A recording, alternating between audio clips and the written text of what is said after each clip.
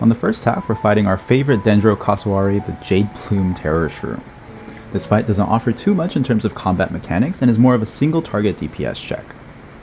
I'm using a soup-like team comp with Fischl and Xingqiu dealing strong single target damage and Heizo enabling them on field with a VV set.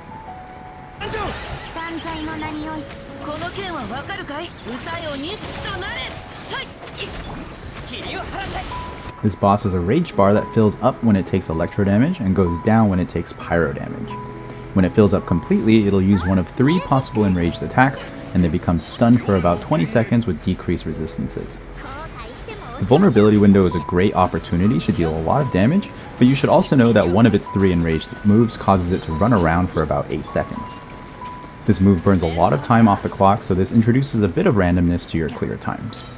Taking this into consideration, one approach for this half is to go all in on the electro damage with something like an Aggravate, Keqing, or Raiden team. The other option is to prevent its rage bar from filling up and go with a strong single target pyro damage such as Hu Tao, Yoimiya, or National variants. I'm doing a bit of both here. Most of my damage is electro and hydro, but I've stuck Toma in here so that my normal attacks periodically deal pyro damage. Toma also doubles as my team's source of protection thanks to the great shield uptime on his burst. As I mentioned, the rest of this fight is fairly straightforward and mostly comes down to whether you have the DPS and can execute the rotations.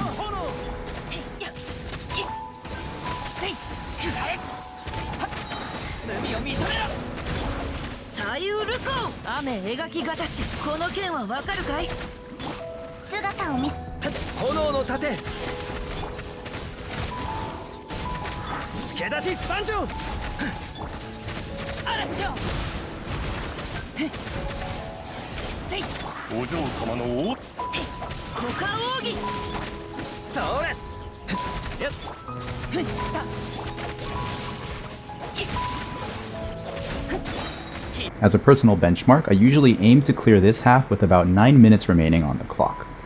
I find that the second half is much more challenging, so the more time we can reserve for that half, the better off we'll be.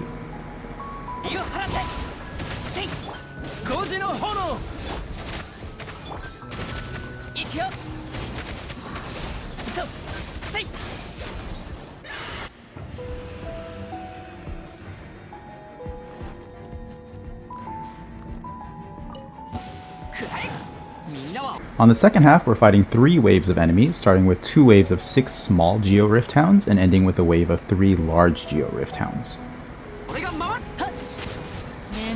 Since we're fighting so many enemies, the focus on this half is strong AoE damage.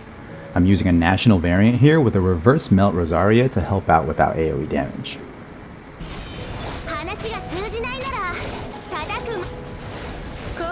Part of what makes this half so challenging is that we would like at least 1 Geo character in our party so that we can deal with the Wolf Lord from the previous chamber a little easier. It's actually not a strict requirement if you're just trying to 3-star Chamber 3, because you can break the skulls more slowly with any other element. But if you take too long to break the skulls, the Wolf Lord does start using some pretty dangerous moves and the survivability starts to become an issue. Speaking of survivability, perhaps the most challenging aspect of this chamber and what makes it so limiting is the corrosion mechanic. Whenever you take a hit from the Rift Hounds, it applies a stack of corrosion to all of your party members up to 10 stacks. For each stack of corrosion you have, your characters lose some percentage of their max HP per second, also bypassing shields. Since all of your characters lose health at the same time, ideally we want a healer who can heal the entire party simultaneously. This is mostly limited to on-field healers such as Barbara, Noelle, Kokomi, Jean, or Chi-Chi. One other option is to leverage multiple sources of healing like I'm doing here. Bennett's Burst is able to heal whoever is on-field, and Dingguang is using a prototype Amber to help the off-field characters stay a little more healthy.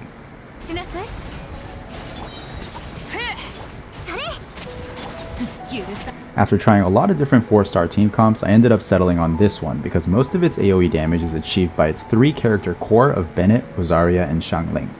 This leaves room for Ningguang as my Geo filler character, who also happens to be a Catalyst user, so she can help out with healing. A 5-star team comp that worked really well for me is a Nahida Kuki Hyperbloom team, using Barbara as an on-field healer and Hydro Applier. If you do have a team built around Nahida, I highly recommend using it on this half. Even if the rest of your roster is 4-star characters, she's just so good at dealing with multiple enemies that are spread out like this because of that chaining mechanic on her skill. I think another good option could be a team built around a strong C6 Noelle with off-field AoE support such as Albedo or Rosaria. Unfortunately, I don't quite have the characters built to pull this comp off, but Noelle is a great candidate for dealing AoE damage on field while healing the team at the same time.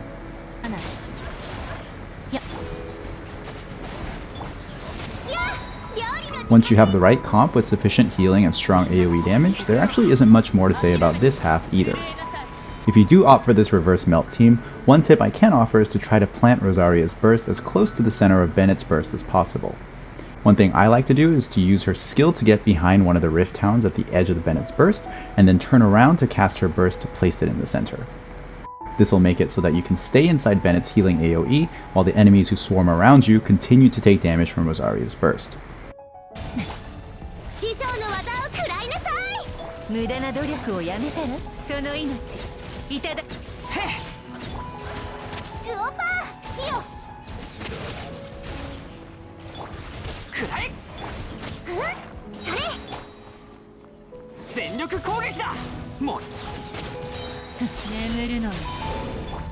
One last thing I'll point out is this sweeping AoE that periodically deals geo damage, caused by the geo aura that you see on the large rift town here.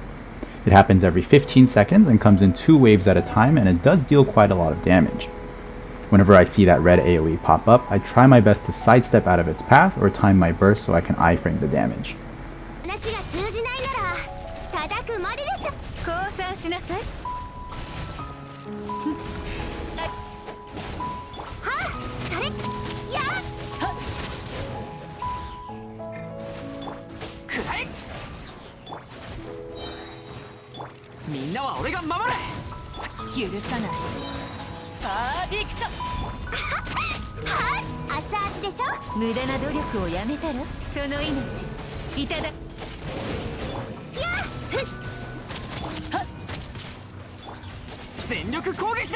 The builds will follow right after this, and they're also in the video description. As always, thank you so much for watching.